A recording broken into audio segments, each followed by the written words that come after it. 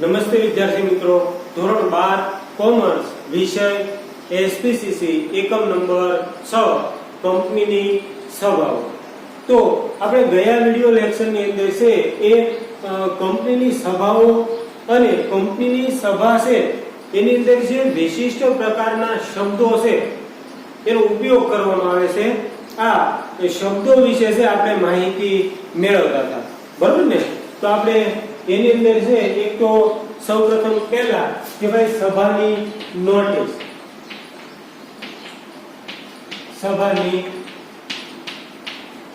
Notice આમના વિશે છે આપણે માહિતી મેળવી હતી કે ભાઈ સભાની નોટિસ કોને કહેવાય, એમના હેતુઓ શું, એમનું મહત્વ શું, સભાની નોટિસની મુદત, સભાની નોટિસ છે એ કોણ આપી શકે, કોણ મંજૂરી આપી શકે, એમના વિશે છે આપણે માહિતી મેળવી હતી. તો ફરી એકવાર છે આપણે જોઈ લઈએ કે ભાઈ સભાની નોટિસ એટલે શું.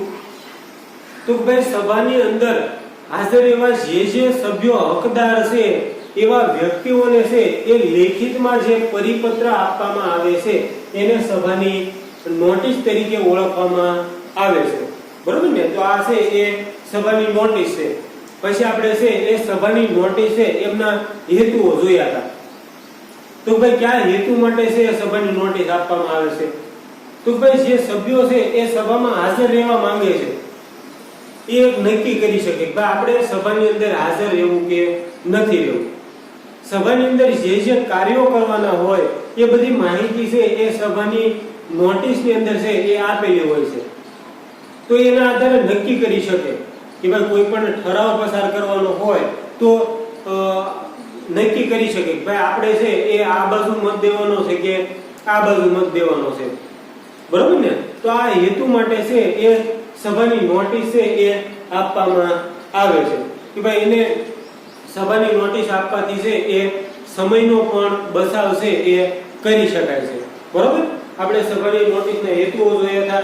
પછી છે એ નોટિસની મુદત જોઈ હતી કે ભાઈ સભાની નોટિસની મુદત, તો ભાઈ જે સભ્યો હાજર રહેવાના છે સભાની અંદર એ દરેક સભ્યોને છે એ 21 દિવસ અગાઉ છે આ સભાની નોટિસ છે એ આપવામાં આવે છે. નોટિસ એ લેખિત અથવા તો કોઈ પણ ઇલેક્ટ્રોનિક માધ્યમોથી છે એ નોટિસ આપી શકાય છે, બરોબર? તો આ છે એ એની મુદત જોઈ હતી. પછી છે એ નોટિસની અંદર છે એ કઈ વિગતો છે એનો ઉલ્લેખ કરવામાં આવે છે.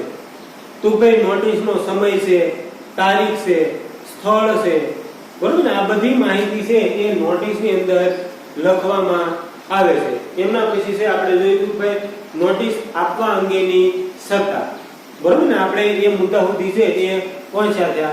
તો હવે આપણે છે એ એમના વિશે માહિતી મેળવીએ કે ભાઈ નોટિસ આપવા અંગેની સત્તા, કે ભાઈ નોટિસ છે એ કયા અધિકારી છે એ આપી શકે છે. એની અંદર છે કે ભાઈ કંપનીના ડિરેક્ટરોને સભા અંગેની નોટિસ માટે મંજૂરી આપવાની સત્તા છે. એટલે ભાઈ કંપનીના જે ડિરેક્ટરો છે એ સભાની નોટિસ આપવા માટે છે એ મંજૂરી આપી શકે છે. કંપનીના સેક્રેટરી જ્યારે આવી નોટિસ પાઠવે ત્યારે નોટિસમાં બોર્ડના હુકમથી એવું લખવું પડે છે. એટલે ભાઈ નોટિસ તૈયાર થઈ જાય તો હેઠે છે એ બોર્ડના હુકમથી દરેક સભ્યોએ છે હાજર રહેવું એવું છે એ સૂચના લખી શકે છે. કંપનીમાં મેનેજિંગ ડિરેક્ટરને આ અંગે જરૂરી સત્તા છે એ આપવામાં આવેલી હોય તો તે પોતે પણ નોટિસ આપી શકે છે.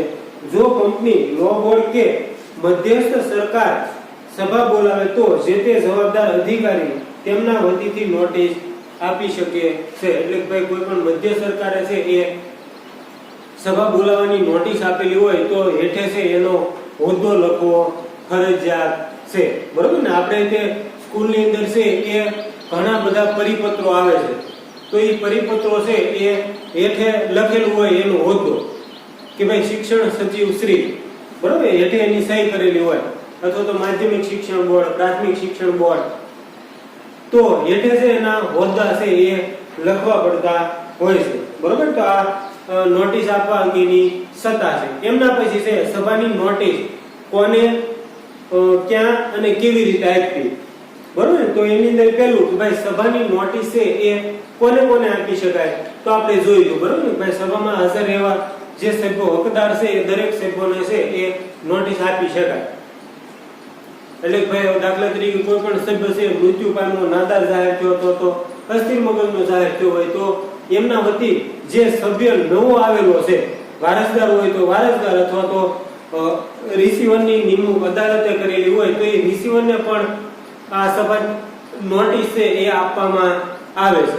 બરોબર? તો એની અંદર સભાની નોટિસ કોને, એની અંદર પહેલો મુદ્દો કે ભાઈ સભાના દરેક સભ્યને તેમજ મૃત્યુ અને નાદાર પામેલ સભ્યના કાનૂની પ્રતિનિધિને છે એ નોટિસ પાઠવવામાં આવે છે. એમના પછી કંપનીના ઓડિટર, ગૌણ કંપનીના દરેક ડિરેક્ટર અને ઓડિટર્સને, બરોબર, જે કંપની છે એના ઓડિટરને અથવા તો ગૌણ કંપની હોય તો એના જે ડિરેક્ટર હોય અથવા તો ઓડિટરને છે આ સભાની નોટિસ છે એ આપવી પડે.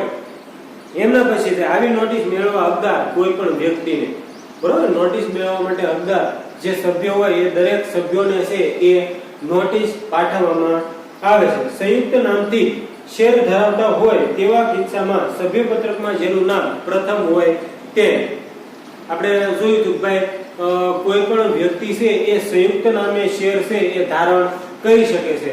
તો આવી વખતે કંપનીના વહીવટી સરળતા માટે જે વ્યક્તિનું નામ પહેલું હોય એના નામે છે એ દરેક વહીવટો છે એ ચાલે છે.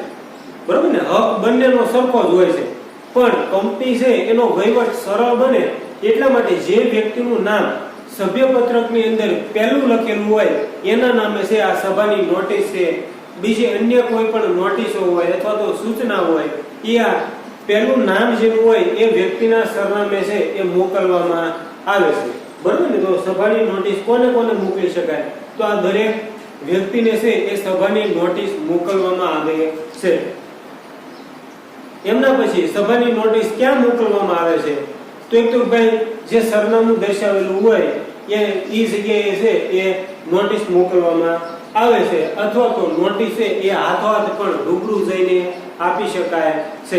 જેની અંદર નોટિસ ક્યાં, તો ભાઈ કંપનીની રજિસ્ટર્ડ ઓફિસે શેર હોલ્ડર્સના નોંધાયેલા સરનામે નોટિસ છે એ મોકલવામાં આવે છે. બરાબર ને? ભાઈ કંપનીની જે રજિસ્ટર્ડ ઓફિસ હોય એ જગ્યાએ આ કંપનીના જે સભ્યો હોય એના સરનામા છે એ લખેલા હોય છે. આ સરનામે છે એ સભાની નોટિસ છે એ મોકલવામાં આવે છે, અથવા તો કે ભાઈ સભાની નોટિસ છે એ હાથોહાથ પણ આપી શકાય છે. એટલે ભાઈ રૂબરૂ જઈ અને હાથોહાથ છે એ આપી શકાય છે. એટલે ભાઈ સભાની નોટિસ છે એ આ રીતે મોકલી શકાય. નોટિસ કેવી રીતે આપી શકાય, તો ભાઈ નોટિસ છે એ ટપાલથી આપી શકાય, અથવા તો કોઈ પણ ઇલેક્ટ્રોનિક માધ્યમોથી મેલ અથવા તો SMS દ્વારા પણ સભાની નોટિસ છે એ પાઠવવામાં આવે છે. એની અંદર નોટિસ કેવી રીતે આપી શકાય, તો ભાઈ ટપાલ દ્વારા છે એ નોટિસ આપી શકાય. એમના પછી છે ભાઈ સ્થાનિક વર્તમાન પત્રમાં જાહેર નોટિસ દ્વારા, એટલે ભાઈ વર્તમાન પત્ર હોય તો એના દ્વારા પણ જાહેરાતથી સભાની નોટિસ છે એ મોકલી શકાય છે.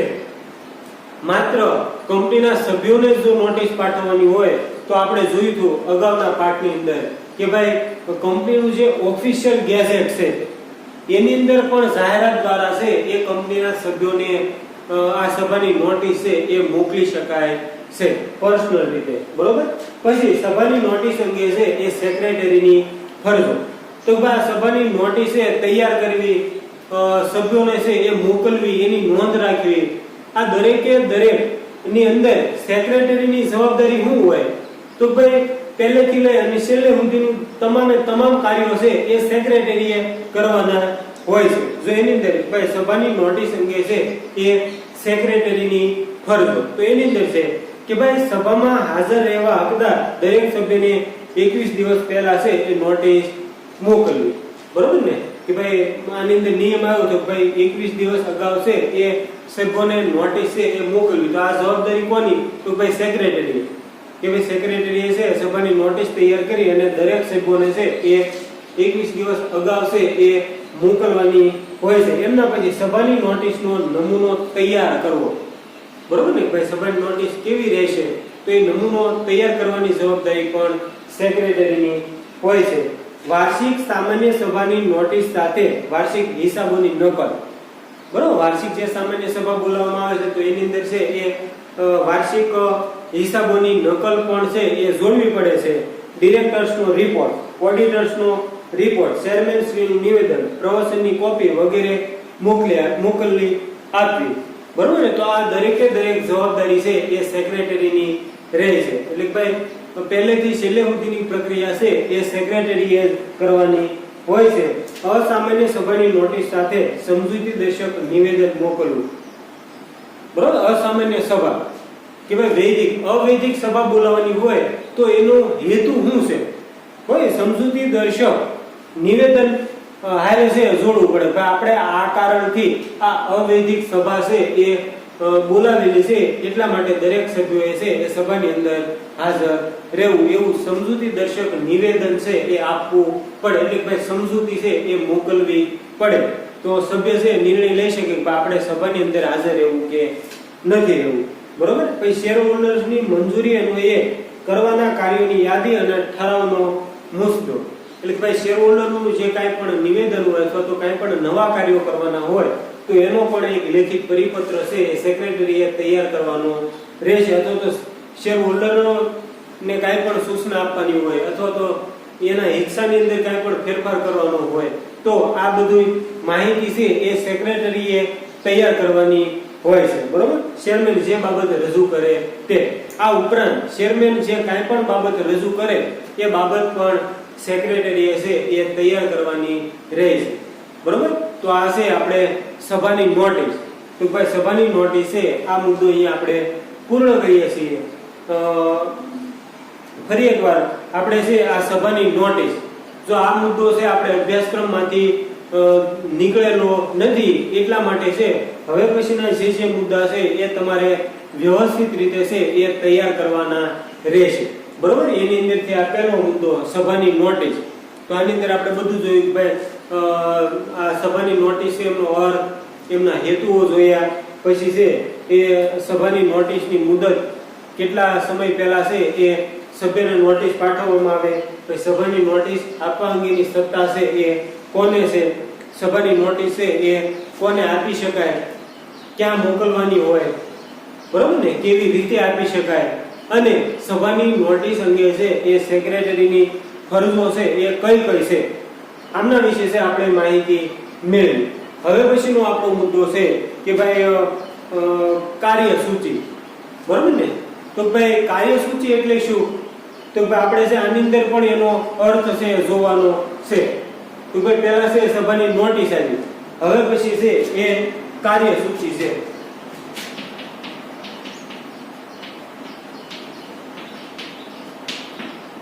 કાર્યસૂચિ. બરોબર ને. કાર્યસૂચિ એટલે શું? તો ભાઈ સભાની અંદર જે કાર્યો કરવાના છે એની વિસ્તૃત માહિતી જે આપેલી હોય એને કાર્યસૂચિ તરીકે ઓળખવામાં આવે છે. આ કાર્યસૂચિને બીજા નામે એજન્ડા તરીકે પણ ઓળખવામાં આવે છે. કે સભાની અંદર જે કાંઈ પણ કાર્યો કરવાના હોય એની લેખિત જે માહિતી આપેલી હોય એને કાર્યસૂચિ અથવા તો એજન્ડા તરીકે ઓળખવામાં આવે છે. પછી એની અંદર આપણે કાર્યસૂચિના હેતુઓ કે ભાઈ કાર્યસૂચિના હેતુઓ ક્યાં ક્યાં છે? તો ભાઈ કાર્યસૂચિ વ્યવસ્થિત રીતે તૈયાર કરેલી હોય તો એ કાર્યસૂચિ પ્રમાણે છે એ કંપનીની સભા છે એ હાલી શકે છે. તો બીજી અન્ય કોઈ બાબતો છે એનો સમાવેશ થતો નથી અને જે હેતુ માટે સભા બોલાવેલી હોય એ હેતુ છે એ વ્યવસ્થિત રીતે પાર છે એ પડી શકે છે. એટલા માટે છે આ કાર્યસૂચિ તૈયાર કરવામાં આવે છે. પછી આની અંદર આપણે કાર્યસૂચિનું મહત્વ જોવાનું છે. પછી કાર્યસૂચિ અંગે છે એ સેક્રેટરીની ફરજો પણ છે એ જોવાની છે. બરોબર ને. તો હવે આપણે છે બીજો મુદ્દો છે કે ભાઈ કાર્યસૂચિ. તો એની અંદર છે કાર્યસૂચિ એનો અર્થ છે કે ભાઈ કંપનીની સભામાં જે કાર્યો કરવાના હોય તે કાર્યોની યાદીને કાર્યસૂચિ કહે છે. એટલે કે સભાની અંદર જે કાર્યો કરવાના હોય એની લેખિત જે યાદી તૈયાર કરવામાં આવે છે એને કાર્યસૂચિ તરીકે ઓળખવામાં આવે છે. એટલે કે સભામાં જે કાર્યો હાથ ધરવાના હોય તેનો ક્રમ દર્શાવે છે તેને સભાના એજન્ડા તરીકે ઓળખવામાં આવે છે, બરોબર ને? એટલે ભાઈ સભાની અંદર જે કાર્યો કરવાનું હોય ક્રમ પ્રમાણે છે એ તૈયાર કરેલા હોય તેને એજન્ડા તરીકે પણ ઓળખવામાં આવે છે. આપણે પણ સ્કૂલની અંદર કાંઈ પણ સાંસ્કૃતિક કાર્યક્રમ હોય અથવા તો કોઈ પણ વક્તૃત્વ સ્પર્ધા હોય તો એની અંદર પણ આપણે એજન્ડા અથવા તો કાર્યસૂચિ છે એ તૈયાર કરીએ છીએ. કઈ રીતે? તો ભાઈ સૌપ્રથમ છે એ દરેક મહેમાનો વડીલો એનું સ્વાગત કરવામાં આવે છે. પછી જે કૃતિઓ કરવાની હોય એ કૃતિઓ પણ લેખિત દર્શાવેલ ભાઈ પહેલા આ કૃતિ આવશે, પછી આ કૃતિ આવશે, પછી આ કૃતિ આવશે, છેલ્લે છે અધ્વત છે અથવા તો ગમે ત્યારે ઇનામ વિતરણનું કાર્યક્રમ હોય, છેલ્લે છે એ આભાર વિધિ રાખેલી હોય. તો આ જે આયોજન કરવામાં આવે છે એને કાર્યસૂચિ અથવા તો એજન્ડા તરીકે ઓળખવામાં આવે છે, બરોબર? તો એનો અર્થ જોયો. પછી છે એ કાર્યસૂચિના હેતુઓ છે કે ભાઈ કયા હેતુ માટે કાર્યસૂચિ તૈયાર કરવામાં આવે છે. તો એની અંદર હેતુઓ કે ભાઈ કંપની તેની જે તે સભાના સભ્યોને નોટિસ સાથે આ કાર્યસૂચિ મોકલે છે. એટલે ભાઈ સભાની નોટિસ જે તૈયાર કરવામાં આવે છે એની સાથે આ કાર્યસૂચિ પણ મોકલવામાં આવે છે, જેથી સભામાં કયા કાર્યો હાથ ધરવાના છે તેમની માહિતી સભ્યને મળે છે, બરાબર? ભાઈ સભાની અંદર કેવા કેવા કાર્યો કયા ક્રમ પ્રમાણે કરવાના છે એમની માહિતી છે એ સભ્યોને મળે છે. એ હેતુથી છે આ કાર્યસૂચિ તૈયાર કરવામાં આવે છે. સભ્યો પોતાના અભિપ્રાય અંગે ચર્ચા વિચારણા કરી શકે છે, જેથી સભાની કાર્યવાહી સરળતાથી ક્રમશઃ પૂર્ણ થઈ શકે છે અને કોઈ મહત્વનું કાર્ય બાકી રહી જતું નથી કે બેવડાતું નથી, બરોબર ને? આ કાર્યસૂચિ કરેલી હોય તો આટલો ફાયદો થાય કે ભાઈ કોઈ પણ કાર્ય કરવાનું હોય તો એ વારંવાર બેવડાય નહીં અથવા તો જે મહત્વનું કાર્ય હોય એ બાકી ન રહી જાય એટલા માટે છે આ સભાની કાર્યસૂચિ અથવા તો એજન્ડા છે એ તૈયાર કરવામાં આવે છે. એમના પછી એમનું મહત્વ છે કે ભાઈ કાર્યસૂચિનું મહત્વ હું તો એની અંદર કે ભાઈ કાર્યસૂચિ પ્રમાણે છે એ કાર્યવાહી હાથ ધરી શકાય છે. એટલે પછી જે ક્રમ પ્રમાણે કાર્યો કરવાના હોય એ ક્રમ પ્રમાણે કાર્યો છે એ સભાના થાય એટલા માટે છે એ કાર્યસૂચિ તૈયાર કરવામાં આવે છે. બીજું છે ક્રમશઃ કાર્યો કરવાની સરળતા રહે અને એકબીજા સાથે જોડાયેલા કાર્યોને સંકલિત છે એ કરી શકાય. એટલે ભાઈ ક્રમશઃ જે કાર્યો આપેલા હોય એ ક્રમ પ્રમાણે કાર્યો થાય અને એની સાથે જે અન્ય કાર્યો જોડાયેલા હોય એ કાર્યોને પણ છે એ ભેગા કરી શકાય છે. સભા દરમિયાન ચેરમેન અને સેક્રેટરી કાર્યસૂચિ પર પોતાની નોંધ રાખે છે, બરોબર ને? કે ભાઈ આ સભા જે ચાલુ હોય એની અંદર જે કાંઈ પણ મહત્વના નિર્ણયો લેવાયેલા હોય, બરોબર ને, એ સભા નોંધ પણ સેક્રેટરીએ રાખવાની હોય છે. જો આ કાર્યસૂચિ તૈયાર હોય તો એના આધારે જે મહત્વના નિર્ણયો લેવાયેલા હોય એ નિર્ણયો પણ છે આ સેક્રેટરી હાંસવી એક એટલે કે એની નોંધ કરી શકે. એટલા માટે છે આ કાર્યસૂચિ તૈયાર કરવામાં આવે છે, બરોબર? તો આ એનું મહત્વ છે કે ભાઈ ક્રમ પ્રમાણે કાર્ય હાથ ધરી શકાય. ભાઈ ક્રમ પ્રમાણે કાર્યો હાલતા હોય તો એની સાથે જે બીજા પણ કાર્યો જોડાયેલા હોય એને છે એ ભેગા કરી શકાય. અને ચાલુ સભાની અંદર આ ડિરેક્ટર હોય અથવા તો સેક્રેટરી હોય એને જે સભા નોંધ કરવાની હોય એ સભા નોંધ કરવામાં પણ એને સરળતા રહેશે. એટલા માટે છે આ કાર્યસૂચિ તૈયાર કરવામાં આવે છે. એમના પછીનો મુદ્દો છે કે ભાઈ કાર્યસૂચિ અંગે સેક્રેટરીની ફરજો. કે ભાઈ કાર્યસૂચિ માટે સેક્રેટરીની કઈ કઈ ફરજો છે તો એ આપેલી છે. એની અંદર પહેલી છે કે ભાઈ કંપનીના સંચાલક મંડળ સાથે ચર્ચા વિચારણા કરી કાર્યસૂચિ તૈયાર કરવી, બરોબર? આ કાર્યસૂચિ તૈયાર કરવા માટે છે એ સેક્રેટરીએ સંચાલક મંડળની સભા બોલાવવી પડે. એની અંદર ચર્ચા વિચારણા કરી અને કયા કાર્યો કયા ક્રમ પ્રમાણે કરવાના છે એ બધું નક્કી કરવાની જવાબદારી છે એ સેક્રેટરીની હોય છે. બીજો છે કે ભાઈ કાર્યસૂચિની પદ્ધતિ નક્કી કરવી કે ભાઈ કઈ પદ્ધતિથી કાર્ય છે એ કરવાના છે. અમુક બાબતો હોય તો એ બોલીને કરવાના હોય, અમુક છે તો એ ટીવી ઉપર દર્શાવીને કાર્યો કરવાના હોય, અમુક છે એ મૌખિક કરવાના હોય, અમુક લેખિત કાર્યો કરવાના હોય. તો એની પદ્ધતિ નક્કી કરવી, બરોબર ને? આપણે પદ્ધતિ જોઈ હતી ભાઈ દ્રશ્ય શ્રાવ્ય, દ્રશ્ય શ્રાવ્ય, મૌન, લેખિત, મૌખિક. આ કઈ પદ્ધતિનો ઉપયોગ કરવાનો છે, બરોબર? કયા કાર્યો કરવા માટે કઈ પદ્ધતિનો ઉપયોગ કરીશું એ પણ સેક્રેટરીએ છે એ સંચાલક મંડળની સાથે ભેગા મળી અને નક્કી કરવાનું હોય છે. એમના પછી સભા ચાલુ હોય તે સમય દરમિયાન કાર્યસૂચિમાં દર્શાવેલ કાર્ય અંગે થયેલ કાર્યવાહીની નોંધ કરવી. બરોબર, ભાઈ સભા ચાલુ હોય અને કાર્યસૂચિ પ્રમાણે જે કાર્યો હાલતા હોય એની ઉપર જે કંપનીની અંદર અથવા તો કોઈ સભ્યો દ્વારા મહત્વનો નિર્ણય લેવાયેલો હોય તો એની નોંધ છે એ સેક્રેટરીએ કરવાની હોય છે. આપણે પણ અમુક વાર છે એ અમુક કાર્યક્રમ હોય અથવા તો પ્રવાસમાં ગયા હોય તો એવી સૂચના આપતા હોય કે ભાઈ નોટ અને પેન છે એ હારે લેવી. શા માટે? તો ભાઈ તમે છે એ કોઈ પણ બાબત સારી લાગી હોય અથવા તો ક્યાં તમે શું જોયું એ નોંધ કરવી હોય તો તમે કરી શકો. એટલા માટે નોટ અને પેન છે એ સાથે લેવાનું કે. તો આ જ રીતે સભાની અંદર જે કાર્યો હાલતા હોય એની નોંધ છે એ સેક્રેટરીએ કરવાની હોય છે અને સભા પૂરી થાય પછી આ નોંધ છે એને ડિરેક્ટરોને પણ આપવાની હોય છે. બરોબર, મહત્વની બાબત અંગે સભાનું ધ્યાન દોરવું. એટલે ભાઈ કોઈ પણ મહત્વનો નિર્ણય લેવાનો હોય તો એના ઉપર છે એ સેક્રેટરી સભ્યોને કહી શકે કે આ બાબત છે એ મહત્વની છે. બરોબર, તો મહત્વની બાબત અંગે છે એ સભાનું ધ્યાન દોરવું. સભા માટે કાનૂની બાબતો અંગે ધ્યાન દોરવું કે ભાઈ સભા બોલાવવા માટે છે અમુક કાનૂની બાબતો છે એનું પણ પાલન કરવું પડે કે ભાઈ જો પૂરતી સંખ્યા ન થાય તો શું કરવું, બરોબર, ક્વોરમ ન થાય તો શું કરવું, અથવા તો જે મુખ્ય સભ્યો એ હાજર ન રહી શકે તો એની જગ્યાએ નવો સભ્ય હોય તો એને શું કરવું. તો આ સભાની અંદર જે કાનૂની બાબતો છે એનું પણ ધ્યાન દોરવું એ જવાબદારી છે એ સેક્રેટરીની હોય છે.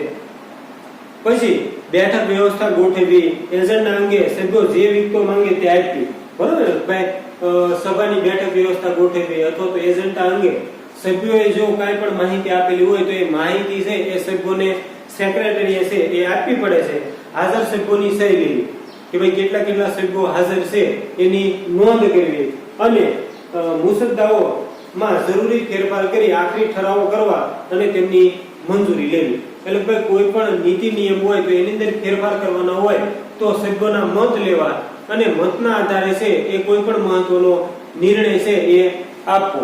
બરોબર, તો આ દરેકે દરેક પ્રકારની જવાબદારી છે એ સેક્રેટરીની હોય છે. છેલ્લો મુદ્દો છે સભ્યોનો આભાર માનવો. એટલે ભાઈ છેલ્લે સુધી જે સભ્યો રહ્યા હોય, બરોબર ને, તો અંતે છે એની આભાર વિધિ કરવાની હોય છે. ભાઈ તમે છે આ સભાની અંદર હાજર રહ્યા અને આ જે કાંઈ પણ કંપનીના કાર્યો કરવાના હતા એની અંદર ભાગીદાર બન્યા એટલા માટે છે એ છેલ્લે સભા પૂરી થાય એ સમય દરમિયાન છે એ દરેક સભ્યોનો આભાર માનવાની જવાબદારી છે એ સેક્રેટરીની હોય છે. બરોબર, તો આ કાર્યસૂચિ છે. તો અહીંયા આપણે કાર્યસૂચિ પણ છે એ મુદ્દો પૂર્ણ થાય છે. એની અંદર કે ભાઈ કાર્યસૂચિનો અર્થ છે, એમના હેતુઓ છે, કાર્યસૂચિનું મહત્વ છે અને કાર્યસૂચિ અંગે સેક્રેટરીની કઈ ફરજો છે એમના વિશે છે આપણે માહિતી મેળવી. હવે પછી છે પછીનો મુદ્દો, બરોબર ને, આપણે હવે પછીના વર્ગની અંદર છે એ માહિતી મેળવશું.